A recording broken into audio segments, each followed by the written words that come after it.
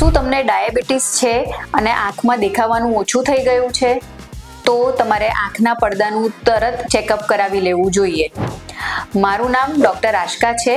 હું ડૉક્ટર શાહ્ઝ આઈ hospital નિકોલમાં retina સર્જન છું.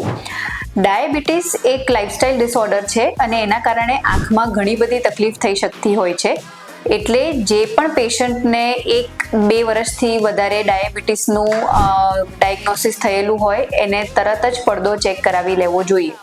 ડાયાબિટીસના કારણે આંખના પડદા ઉપર સોજો આવી શકે છે, લોહી આવી શકે છે, પડદા ઉપર ખેંચાણ આવી અને પડદો ખસી પણ શકે છે.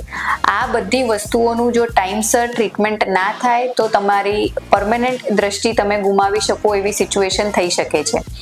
એટલે એના માટેના જે પણ બધા એડવાન્સ ઇન્સ્ટ્રુમેન્ટ્સ છે એ આપણી હોસ્પિટલ પર અવેલેબલ છે. એટલે તમારે તરત ડાયગ્નોસિસ કરાવી અને તરત ટ્રીટમેન્ટ કરીને તમારી દ્રષ્ટિ તમે બચાવી શકો છો.